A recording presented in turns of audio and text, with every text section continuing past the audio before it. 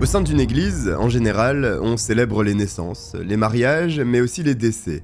La vie et la mort se confrontent régulièrement dans ce lieu de culte. Sauf que, dans l'affaire qui arrive, effectivement une église accueille la mort, mais pas dans les traditions habituelles. Une jeune femme de 23 ans vient d'être découverte. Elle est tragiquement décédée et son cadavre gît sous le plancher d'une église de Glasgow.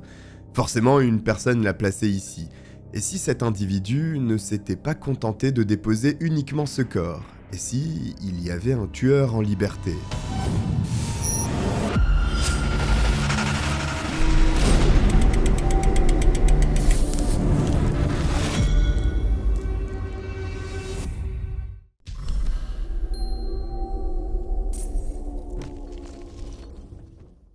Au centre-ouest de l'Écosse se trouve Glasgow, une ville paisible, bien qu'elle reste une place importante de l'économie écossaise et même du Royaume-Uni en général.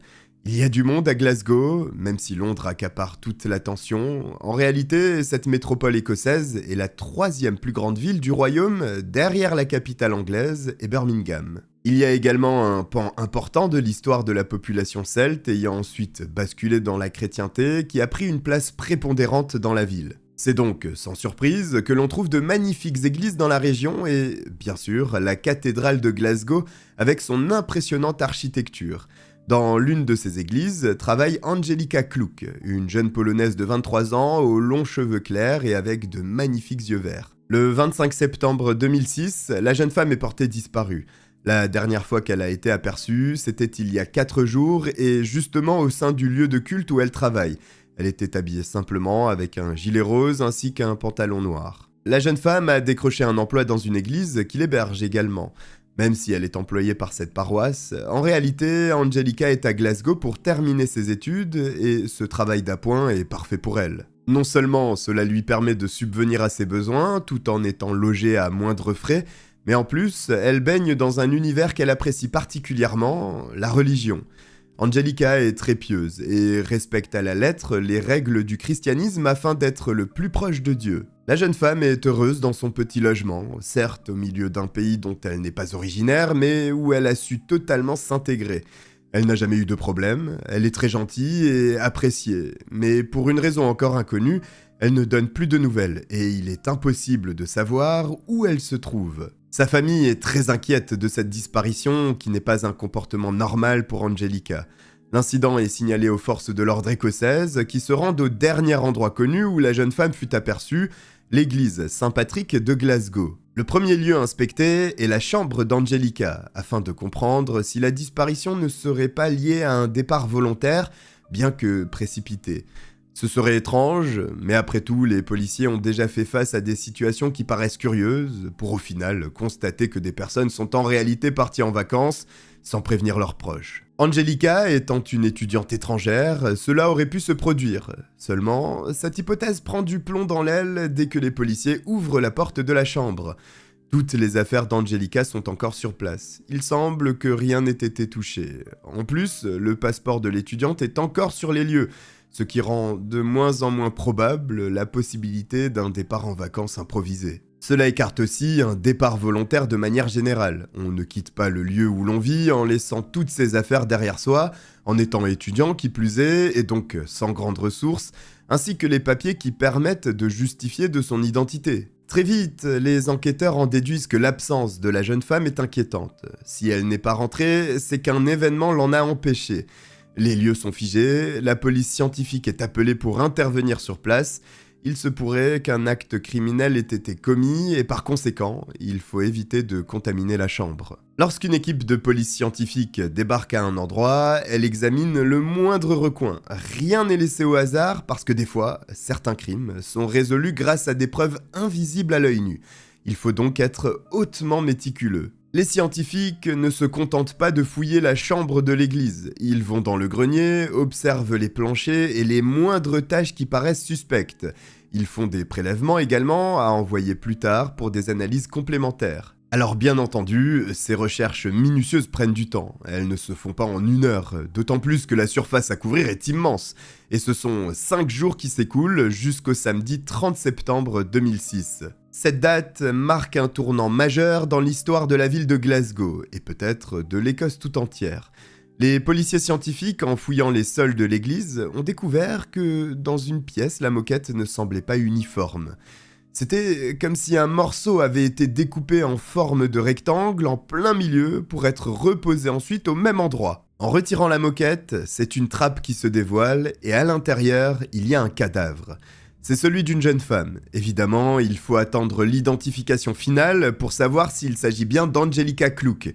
Mais les inspecteurs sont persuadés qu'ils viennent de retrouver l'étudiante polonaise. L'information fait rapidement le tour de la ville. Elle est assez inédite. Le corps d'une jeune femme, découvert dans une cachette au fond d'une église, cela semble surréaliste. Et pourtant, c'est bien la triste vérité. Les examens révèlent qu'il s'agit bien d'Angelika Kluk, la jeune femme portée disparue et recherchée depuis 5 jours à présent.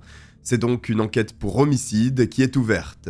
Les enquêteurs n'ont pas l'habitude d'investiguer dans des églises, c'est une première pour tous ceux qui sont sur place. Mais un meurtre a été perpétré, et il faut le résoudre parce que manifestement, l'individu qui l'a commis a l'air de sembler particulièrement précautionneux et cela n'augure rien de bon. C'est un lieu atypique pour une enquête et il pose quelques soucis, notamment aux scientifiques de la police parce que le corps, tel qu'il a été placé, ne peut pas être retiré du plancher. Il y a des obstacles qui empêchent son extraction sans risquer de perdre des preuves médico-légales cruciales. La police scientifique doit donc faire preuve d'imagination pour récolter tous les indices sur et autour du corps sans le bouger, tout en effectuant des manipulations au sein d'un espace exigu. La dépouille est dans une position inhabituelle avec les genoux repliés vers le buste. Un sac poubelle noir recouvre en partie la jeune femme et bien sûr, la moquette a été apposée au-dessus pour dissimuler le cadavre. En l'état, il est impossible de connaître la cause de la mort et donc de savoir si la jeune femme a été assassinée à cet endroit, ce qui ferait une énorme différence dans l'orientation que prendra l'enquête. C'est pour cette raison qu'il est primordial de réussir à prélever les preuves malgré la complexité de l'opération qui s'annonce. L'accès à la trappe ne mesure que 70 sur 50 cm. Cela va prendre plusieurs jours pour réussir la récolte de ces éléments microscopiques. Concrètement, à chaque fois que le corps d'Angelika est bougé, il y a un risque que les fluides corporels se déplacent et que cela fausse les examens par la suite. Il est donc impératif que tout ce que contient la trappe soit figé et que ce soit les scientifiques qui bougent autour de celle-ci pour récupérer ce qu'ils souhaitent. Autrement dit, les experts de la police scientifique vont travailler au-dessus de la trappe, mais également sous le plancher de l'église afin d'accéder aux endroits qui sont inatteignables, toujours en prenant soin de ne rien contaminer. C'est un travail de précision et d'agilité absolument titanesque et tout aussi harassant. Une lumière est installée dans le tout petit espace se trouvant sous le plancher, dans lequel les scientifiques vont devoir se faufiler pour examiner le cadavre d'Angelika. Puis, il est temps de se hisser dans l'étroit couloir menant jusqu'à la trappe. Le sac plastique est le premier élément analysé. Immédiatement, l'odeur de sang monte au nez des experts, ainsi que celle d'un corps en décomposition. Un doute s'installe dans l'esprit des policiers, parce que cela signifie peut-être qu'il n'y a pas qu'un seul corps qui gît au fond de cette trappe. D'autres morceaux de cadavres pourraient se trouver dans ce sac plastique. Pour s'en assurer, le contenu est analysé. Et surprise, pas de membres humains en putréfaction dans le sac, mais des habits. Cependant, ils sont gorgés de sang, ce qui explique l'odeur sentie par les scientifiques. Ce n'est pas tout. Il y a également un couteau qui ne semble pas avoir servi et un petit morceau de bois. En général, sur un lieu de crime, on ne trouve pas ce genre d'objet. Dans ce cas, c'est une très bonne nouvelle parce que cela pourrait faire avancer l'enquête que de disposer d'éléments qui, en temps normal, sont jetés à des kilomètres de l'endroit où le crime a été commis. À première vue, aucune trace de sang ne se trouve sur le couteau. Cela ne signifie pas qu'il n'a pas été utile au tueur qui l'a peut-être nettoyé, mais cela est difficile d'en conclure qu'il s'agit d'une arme ayant servi à perpétrer un meurtre, ou en tout cas, pour le moment. Les vêtements tachés de sang sont emballés pour être renvoyés en laboratoire, tout comme le drap qui se trouve également dans le sac plastique. Mais ce drap, à l'évidence, a été placé à l'intérieur du sac alors qu'il était mouillé, parce qu'il collait encore au plastique quand les scientifiques l'ont sorti. Ensuite, c'est au tour du sac plastique lui-même d'être analysé. Ce sont notamment des empreintes digitales qui sont recherchées à la surface de celui-ci. C'est un pari gagnant puisque certaines empreintes sont relevées. Elles sont aussitôt envoyées dans la base de données de la police afin de vérifier si elles correspondent avec celles d'une personne déjà arrêtée par les autorités auparavant. Une fois que le sac a été retiré, les scientifiques ont pu accéder au corps de la jeune femme, sur lequel ils s'apprêtent à récupérer des échantillons médico-légaux. Les premières constatations sont sans appel. Angelica a de graves blessures qui s'apparentent à des coups de couteau au niveau de sa poitrine. Une lame a été plantée dans son corps à 16 reprises, ce qui est absolument considérable, et fait tout de suite penser qu'il pourrait s'agir d'un acte commis par un tueur en série. C'est un véritable massacre. En général, c'est signe d'une volonté de déshumaniser la victime, ce que beaucoup de tueurs en série font. Son sang s'est largement répandu autour d'elle. Il se pourrait donc bien qu'elle soit décédée à la suite d'une attaque au couteau de la part de son agresseur. Il y a également des marques au niveau de ses poignets qui sont dues aux liens qui les entourent. Un autre point est relevé par les scientifiques de la police. Bien qu'elle soit habillée, il se pourrait que le motif du meurtre soit de nature sexuelle. Si les experts pensent ceci, c'est parce que les vêtements de la jeune femme semblent en désordre, et surtout, la braguette de son pantalon est ouverte. Le premier réflexe est donc de récupérer l'ADN, s'il y en a, de son agresseur, et c'est là que l'opération devient extrêmement complexe. Parce que c'est précisément ce genre de fluides humains qui peuvent être détruits si le corps de la victime est bougé, même légèrement. C'est donc dans une cavité sous le plancher, limitant les mouvements, que les scientifiques essayent de récupérer un possible ADN. 3 heures durant, ce qui est très long lorsque l'on est coincé dans ce genre d'endroit avec une responsabilité absolument monumentale, les experts récoltent tout ce dont ils ont besoin pour essayer d'obtenir la reine des preuves. Les échantillons sont directement envoyés au laboratoire pour que l'établissement d'un profil ADN soit réalisé, s'il est possible d'en obtenir un évidemment. D'un côté, du temps est nécessaire pour récolter soigneusement les preuves sans rien altérer, puis attendre les résultats du laboratoire de la police criminelle. Mais d'un autre côté, il faut aller vite, parce qu'un tueur manifestement très ingénieux se trouve dans la nature. Il risque de recommencer, et la police écossaise commence même à se poser la question si cet individu n'aurait pas déjà frappé à Glasgow.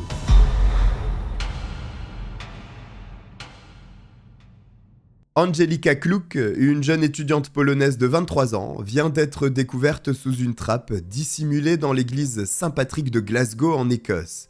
La police scientifique a mis du temps pour récupérer tout ce dont elle avait besoin afin de retrouver le coupable de ce meurtre, et à présent, le corps de la victime a pu être extrait de la cachette pour être envoyé chez le médecin légiste. L'autopsie du corps de la jeune victime démarre. La cause du décès est facilement détectée par le médecin légiste qui annonce aux enquêteurs qu'Angelica est morte suite à de nombreux coups reçus au niveau du crâne. De microscopiques morceaux de bois sont retrouvés enfoncés dans le cuir chevelu de la jeune femme, montrant la violence de l'attaque. Les blessures à la poitrine sont également mortelles et pourraient aussi avoir causé le décès d'Angelica. D'autres marques faites par le couteau sont relevées sur ses mains et ses avant-bras, démontrant une tentative de défense de la part de la victime. La jeune femme a également été bâillonnée à l'aide d'un morceau de ruban adhésif de couleur jaune. Celui-ci est fortement taché de son sang, ce qui complexifie la récupération de l'ADN du tueur qui est masqué par le sang de la victime. Comme le ruban adhésif fait plusieurs fois le tour de la tête d'Angelica, une découpe autour de la bouche doit être réalisée pour mener les analyses ADN. C'est une nouvelle fois une opération très délicate. Ce n'est pas couper le ruban qui est difficile, mais essayer de séparer l'ADN appartenant à Angelica de celui du tueur. Pour y parvenir, il faut traiter chimiquement les différentes zones du ruban adhésif, le but étant de repérer une empreinte digitale. Et c'est le cas, une empreinte partielle est découverte. Elle est entrée dans la base de données nationale de la police, mais elle est trop incomplète pour correspondre avec un potentiel suspect. Ce n'est pas grave, puisque le processus continue. Comme une empreinte partielle est trouvée, cela signifie qu'il y a l'ADN de la personne ayant posé le ruban adhésif sur la bouche d'Angelica. Et cet ADN est récupéré par la suite. Bien que le corps de la victime ainsi que la trappe soient des lieux déterminants de l'enquête, les policiers continuent de fouiller l'ensemble de l'église pour comprendre à quel endroit Angelica a pu être assassinée. Il est peu probable que l'attaque se soit déroulée à l'extérieur du lieu de culte et que le tueur ait ensuite décidé de ramener la dépouille à cet endroit. Alors le meurtre a forcément été commis dans les parages. En recoupant les témoignages, les inspecteurs apprennent que le dernier lieu où la jeune femme a été aperçue vivante est le garage. C'est donc cette pièce qui est examinée en priorité. Une première observation laisse planer le doute quant à ce que l'attaque se soit produite ici. Il ne semble pas y avoir de traces de lutte, rien d'anormal non plus dans la poubelle qui se trouve là, il y a des pots de peinture entreposés, mais rien n'apparaît en désordre. Sauf que le sol du garage est en béton traité, lui donnant une couleur sombre et ce type de sol permet facilement de déceler d'éventuelles taches de sang. Les scientifiques se mettent à genoux et scrutent le moindre centimètre carré de la pièce. Ils ont bien fait parce qu'une première tache est découverte, puis une seconde. Il semble bien alors que des événements se soient déroulés ici. Finalement, ces taches à la taille minime, il y en a des dizaines, sur le sol, mais également sur les murs et au plafond. La forme des gouttelettes permet aussi de déduire que ce sont des éclaboussures. Si une goutte de sang tombe simplement, sa forme naturelle sera un cercle presque parfait. En revanche, si le sang est propulsé, la forme de la goutte s'allonge un peu, et c'est le cas de plusieurs des traces relevées. En général, ces projections proviennent de l'arme du crime. Lorsqu'un assassin assène des coups, le sang de la victime gicle du fait du geste du tueur qui envoie alors le fluide humain partout autour de lui. Alors ce sang provient sûrement d'une attaque brutale, mais rien ne permet de confirmer qu'il s'agit de celui d'Angelica. Rien de plus simple pour en avoir la confirmation, il suffit de comparer ce sang à celui de la victime. Presque sans surprise, il y a une correspondance entre le sang découvert dans le garage et celui d'Angelica. Suite à ce résultat, le médecin légiste est confiant sur le fait que la pièce où les gouttelettes ont été retrouvées est bien le lieu où le crime a été commis. C'est ici que la jeune étudiante a été battue et poignardée. La question à présent est comment le tueur s'est-il débarrassé du corps de l'étudiante après l'avoir littéralement massacrée ? Et oui, parce qu'il est passé du garage à l'intérieur de l'église et avec une jeune femme totalement ensanglantée. Rester discret n'est pas chose facile. Les enquêteurs trouvent rapidement la solution. Il y a une porte à l'intérieur du garage qui donne directement accès à l'intérieur de l'église. Si bien que l'on peut passer d'un endroit à l'autre sans jamais se retrouver à l'extérieur une seule seconde. Le chemin parcouru par le tueur est examiné afin de découvrir d'autres potentielles preuves. Parce qu'un cadavre, c'est très difficile à déplacer. C'est encombrant, lourd et il faut une certaine puissance pour en tracter un sur une si longue distance. Alors les policiers se disent qu'il y a forcément de quoi nourrir l'enquête. Mais ce n'est pas le cas. Aucune trace de sang, pas d'ADN, ni de fibres pour relier le garage à la trappe dans laquelle a été découverte la victime.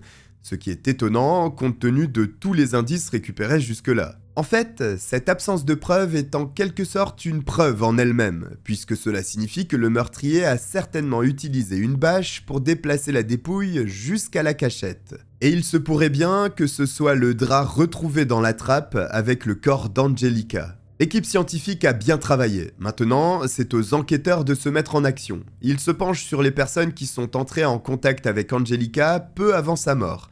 En parallèle, ils se renseignent aussi sur la victime, son mode de vie, les lieux où elle sort, les gens qu'elle fréquente, tout ce qui permet de relier des individus à la victime. C'est un travail de longue haleine, mais vu l'endroit où elle a été assassinée, les enquêteurs supposent qu'elle connaissait son agresseur, et donc en sachant qui sont les connaissances de la jeune femme, le nom du meurtrier a de fortes chances de se trouver sur la liste. Grâce à ces recoupements, ce sont 4 noms qui arrivent en tête chez les suspects. Parmi ces 4 personnes, il y en a 3 que la police a rapidement localisées et qu'elle a également écartées de l'enquête après que des alibis leur ont été fournis. Par contre, la 4e personne est introuvable. C'est un problème parce que cet homme est suspect. Il s'appelle Pat McLaughlin et s'il est soupçonné, c'est parce qu'il s'agit de l'homme à tout faire de l'église de Glasgow. En plus, Angelica a été aperçue en sa compagnie récemment. Elle l'aidait à construire un petit abri de jardin à l'arrière de l'église. Pat McLaughlin connaît bien la victime puisqu'il réside, lui aussi sur place, tout comme la jeune étudiante. Ils se voient donc tous les jours. Les autorités font tout leur possible pour mettre la main sur l'homme, mais leurs efforts sont vains. Impossible de le trouver, et à ce stade, il devient le suspect numéro 1 dans le meurtre d'Angelica Kluck. En se renseignant sur lui, manifestement, il n'y a pas réellement de signaux d'alarme qui ont retenti lorsqu'il a été embauché par l'église. En réalité, il a toujours été très gentil, tout le monde l'apprécie et, visiblement, il n'a pas le profil d'un tueur. Alors, certes, les policiers entendent ce qu'on leur rapporte, cependant, ils savent aussi que les meurtriers n'agissent pas comme tels 100% du temps. Il serait trop facile de les repérer si leur comportement était toujours déviant. Ils peuvent être charmants 98% du temps et basculer dans les ténèbres les 2% restants. Quoi qu'il en soit, le suspect est dans la nature, ce qui ne plaît pas du tout à la population de Glasgow qui s'inquiète à présent. Il faut avancer dans cette investigation à tout prix. C'est ce qu'il se produit avec le retour des examens effectués par le laboratoire de la police criminelle qui s'est penché sur l'ADN découvert sur le corps de la jeune femme. Le sperme prélevé a permis d'établir un profil ADN. Ce profil est immédiatement entré dans la base de données nationale et c'est une correspondance qui ressort. Mais ce n'est pas Pat McLaughlin qui est désigné, c'est un certain Peter Tobin. C'est en tout cas ce que croient les policiers sur l'instant, mais en se penchant sur le profil de celui que les inspecteurs considèrent comme le tueur désormais, ils comprennent rapidement que Pat McLaughlin est Peter Tobin, qui a simplement changé de nom, et ça sent très mauvais ce genre de rebondissement. C'est un gros souci pour les autorités qui lui courent après. Cet homme est donc capable de changer d'identité sans se faire remarquer, et comme il est impossible de l'appréhender, sous quel nom faut-il chercher à présent ? Peter Tobin, Pat McLaughlin ou bien encore un autre pseudonyme? Impossible à savoir. Pendant que les enquêteurs se lancent à la poursuite de Peter Tobin, les scientifiques continuent d'amasser les preuves accablantes contre le suspect. Le couteau qui avait été récupéré avec le corps d'Angelica est analysé plus méticuleusement. Alors qu'au premier regard il ne semblait pas avoir servi, le meurtrier l'ayant sûrement nettoyé, une infime quantité de sang est finalement découverte. Il appartient à la victime et c'est très important parce que les autorités tiennent l'arme du crime désormais. Les empreintes digitales du suspect se trouvent sur le sac plastique dans lequel le corps de l'étudiante était emballé. Son ADN est présent sur le morceau de ruban adhésif qui entourait la tête de la victime. Le couteau est relié au meurtre, seul le morceau de bois présent dans le sac n'a rien donné, mais il est conservé tout de même. Le dossier est quasiment complet contre Peter Tobin. Il faut simplement l'appréhender pour le présenter devant un juge, et c'est certainement la partie la plus difficile de l'enquête. Comme cet homme a déjà fait l'objet d'arrestations par le passé, les inspecteurs lisent le détail de son dossier. C'est un véritable monstre à qui ils ont affaire. En 1994, Peter Tobin a enlevé et séquestré 2 adolescentes de 14 ans. Alors qu'il se trouvait chez lui avec son fils de 5 ans, Tobin a aperçu 2 adolescentes toquer à la porte de son voisin, mais n'obtenir aucune réponse. L'agresseur les a donc invitées à entrer chez lui pour patienter, ce qu'elles ont accepté. Il en a profité pour les enfermer dans son appartement. Il les a droguées avec des antidépresseurs puis les a agressées sexuellement chacune alors que son fils faisait une sieste. L'homme les a ensuite ligotées. Il a récupéré son enfant, a libéré le gaz de la cuisinière pour asphyxier les 2 adolescentes puis a quitté les lieux. Simplement, il n'avait pas anticipé la volonté de survivre de ces 2 filles et l'une d'entre elles a réussi à se défaire de ses liens avant de s'enfuir pour prévenir la police. Ce sont des faits extrêmement graves, d'autant plus que les policiers savent à présent que cet individu est aussi capable de tuer sauvagement. Il est impossible de laisser ce psychopathe en liberté. C'est une chasse à l'homme nationale qui démarre en Écosse. Le public est averti, son visage est diffusé sur toutes les chaînes de télévision pour informer les gens de ne surtout pas s'approcher de cet homme qui est le mal absolu.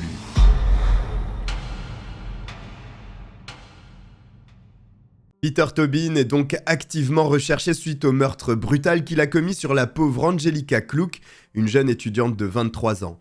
Les enquêteurs chassent cet homme pendant que la police scientifique poursuit son travail afin de solidifier le dossier contre leur suspect. Peter Tobin est un Écossais de 60 ans, né à Johnston en 1946, une ville située à une vingtaine de kilomètres de Glasgow. Il vient au monde dans une famille nombreuse, puisqu'ils sont en tout 8 enfants, et l'entente n'est pas au beau fixe, notamment à cause de Peter. Le garçon, même très jeune, est violent avec ses frères et sœurs. À 7 ans seulement, il commet déjà de nombreux délits, et principalement des vols. Il est donc envoyé dans un établissement pour le remettre sur le droit chemin, sauf que là-bas, l'ambiance entre les garçons est très brutale. Les plus faibles sont martyrisés. Pour éviter les problèmes, il faut se battre. Et finalement, cela ne calme en rien la personnalité du petit Peter qui devient, au contraire, de plus en plus violent. Naturellement, il ne va pas loin dans les études dont il se désintéresse très vite. Dès qu'il en a l'occasion, il quitte donc le cursus scolaire pour vivre de petits boulots, mais surtout, il reprend son activité de délinquant en se lançant dans une série de cambriolages et de fraudes pour accumuler le maximum d'argent. Bien sûr, il est arrêté à plusieurs reprises, condamné également à de la prison, mais n'effectue jamais de très longues peines. Alors, dès qu'il est remis en liberté, il recommence. Il ne sait faire que ça de toute manière. À 22 ans, il rencontre Margaret Mountney, une jeune adolescente de 17 ans avec qui il débute une relation amoureuse qui débouche sur un mariage au mois d'août 1969. C'est l'occasion de changer d'air et le couple déménage de Glasgow pour se rendre à Brighton, une ville balnéaire tout au sud de l'Angleterre. Si Margaret est tombée amoureuse de Peter Tobin, c'est parce qu'il est un garçon absolument charmant. Il fait tout pour lui plaire, sauf qu'en réalité, cela ne dure qu'un temps. Rapidement, la véritable personnalité du jeune homme ressurgit. Il se met à battre sa petite amie, l'enferme dans leur appartement et lui fait subir toutes sortes de sévices, qu'ils soient physiques ou psychologiques. Comme ce jour où il a décapité le chiot de Margaret devant elle pour lui briser le cœur, mais aussi pour lui faire peur. Il est dans un jeu sordide de manipulation. Il sait pertinemment ce que les femmes veulent entendre au départ pour être charmées, et il utilise ceci pour entrer dans leur cœur et faire croire qu'il est l'homme parfait, pour ensuite se transformer en véritable monstre, tout en ayant une emprise sur elle. Margaret sera sauvée de cette terrible relation par Peter Tobin lui-même. Il se fait une nouvelle fois arrêter pour un cambriolage, et cette fois-ci, il est envoyé en prison pour 3 ans. Les époux divorcent donc en 1971. Lorsque Tobin sort de prison en 1973, il entame une nouvelle relation avec une femme qu'il parvient à séduire avant de tomber à nouveau dans des travers sadiques, conduisant à un nouveau divorce en 1976. Sa troisième femme, il mettra près de 10 ans à la rencontrer, puisque c'est en 1986 que Peter Tobin fait la connaissance de Cathy Wilson. Il se marie en 1989, ce mariage dérange un peu dans la mesure où Tobin est âgé de 40 ans quand il rencontre sa future femme, tandis que Cathy n'en a que 16. On se demande comment cela a pu se produire. Alors évidemment, l'adolescente est encore très jeune, elle est naïve, vulnérable et facilement impressionnable, ce qui a sûrement aidé Tobin à la convaincre pour un mariage, mais les déviances de Tobin commencent à se voir. L'union a eu lieu à Brighton. Ensemble, ils ont un enfant, mais rapidement, Tobin réussit à convaincre la jeune femme de 19 ans désormais d'emménager avec lui en Écosse du côté de Bathgate, à quelques kilomètres de Glasgow. S'il propose ceci à Cathy, c'est tout simplement pour l'éloigner de sa famille et faire grandir son emprise sur elle. La relation s'écroule. L'homme, comme lors de ses autres mariages, devient violent et abusif avec sa femme. Cathy est littéralement enfermée chez elle, sans aucun contact avec qui que ce soit. Elle subit le même traitement que des prisonniers placés à l'isolement. C'est véritablement terrifiant. Cathy et son enfant ne peuvent pas rester une minute de plus dans cette maison avec ce fou. Elle réussit à s'enfuir et rejoindre le sud de l'Angleterre en toute discrétion. Finalement, Peter Tobin rejoindra également la région pour continuer à voir son fils, mais la relation est bel et bien terminée avec son ex-épouse désormais. En 1994, il commet l'agression sur les deux adolescentes. À cette époque, il change déjà de nom et se fait appeler Peter Wilson.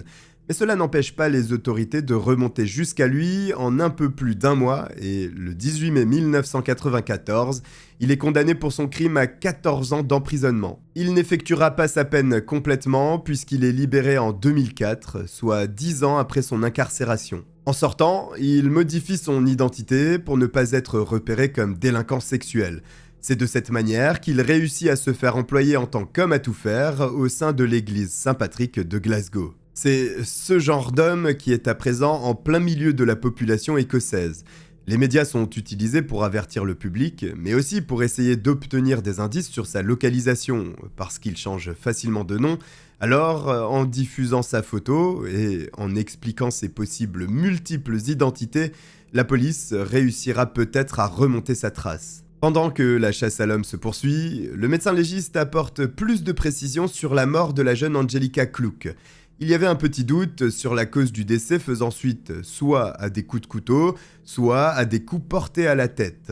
Eh bien, c'est la deuxième option qui est la cause de la mort. Cela signifie que le couteau découvert parmi les habits n'est pas l'arme du crime.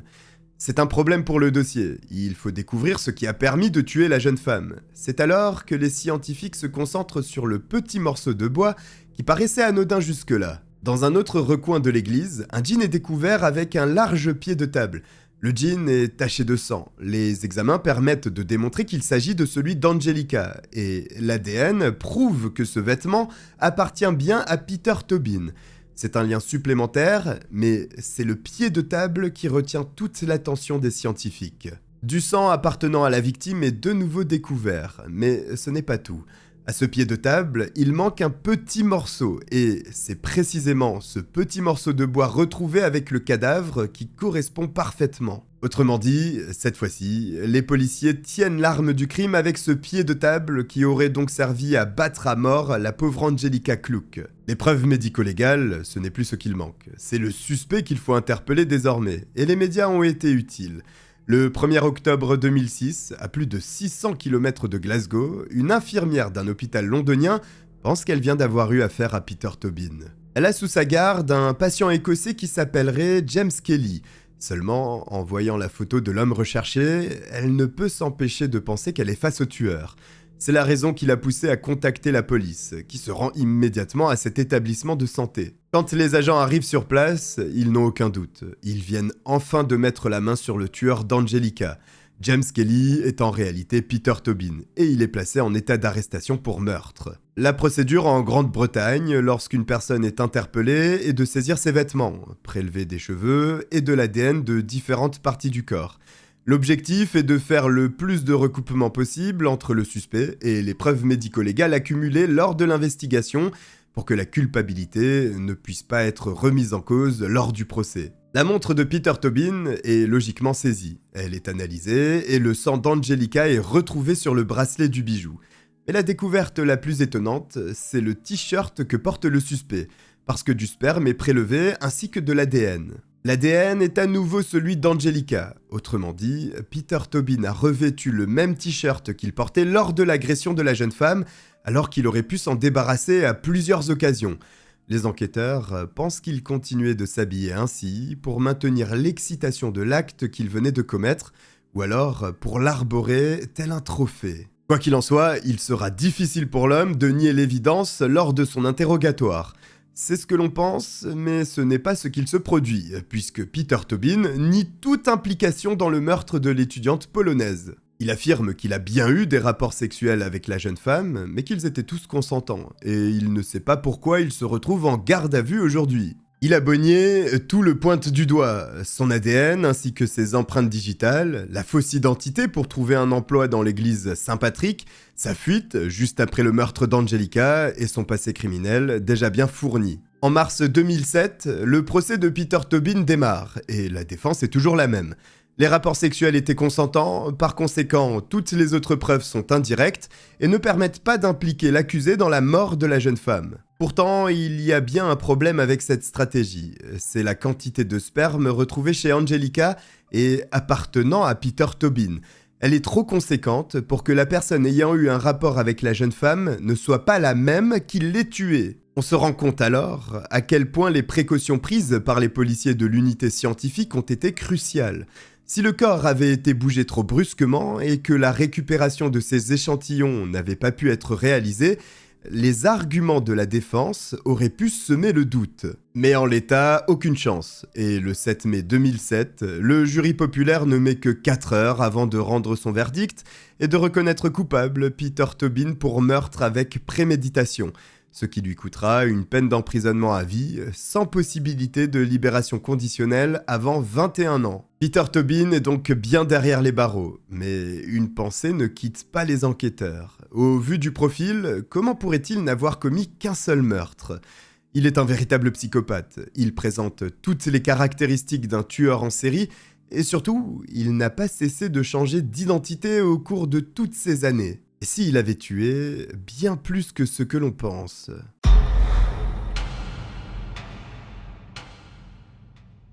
Peter Tobin est donc bien le meurtrier d'Angelica Kluck. Il est condamné à purger au moins 21 ans d'emprisonnement pour ce crime, mais la police n'en a pas fini avec lui et lance l'opération Anagramme, qui vise à tracer tous les mouvements de Peter Tobin selon ses pseudonymes afin de vérifier qu'il n'ait pas tué plus que ce que l'on croit. C'est une montagne de travail à laquelle s'attaquent les enquêteurs, parce qu'il faut plonger dans des investigations pour meurtre ou disparition qui n'ont jamais été élucidées, et réussir à les relier à Peter Tobin ou l'un de ses pseudonymes. C'est littéralement rechercher une aiguille dans une botte de foin. L'opération Anagramme avance petit à petit. L'un des filtres utilisés afin de gagner du temps, c'est le profil des victimes.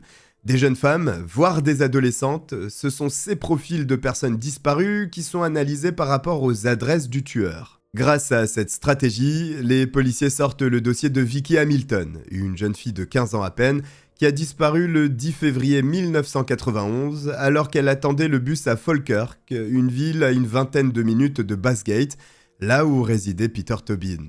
Malgré les années qui se sont écoulées, les autorités pensent qu'il est encore possible de trouver des preuves impliquant le suspect à cette affaire et se rendent à la maison qu'il occupait à Bathgate pour la fouiller. Les enquêteurs pensent qu'il est fortement possible que le corps de la victime soit caché quelque part dans cette maison. Ce sont des fouilles sans précédent qui sont entreprises. Des dizaines de personnes travaillent durant 6 jours d'affilée sans relâche pour déceler l'indice crucial, mais il n'y a pas de corps. En revanche, dans le grenier, bien dissimulé, se trouve un couteau. Il est immédiatement saisi et envoyé en laboratoire pour des analyses ADN. Il s'avère que sur ce couteau, même s'il a été nettoyé et caché ici depuis de longues années, de l'ADN est découvert. Il appartient à la jeune Vicky Hamilton et à Peter Tobin. Évidemment, le meurtrier est interrogé à ce propos, mais il n'est pas coopératif avec les autorités. Il se joue d'elle et mène en bateau les policiers tout en sachant que sans cadavre, ils ne peuvent pas réellement agir. Alors, l'opération Anagramme se poursuit, et c'est une seconde propriété qui intéresse les inspecteurs. Elle est à l'autre bout de la Grande-Bretagne, à Margate, dans le comté de Kent, au sud-est de l'île. S'ils s'y intéressent, c'est bien sûr parce que Tobin y a vécu, mais surtout dans cette zone, une jeune femme de 18 ans, Dina McNichol, a disparu.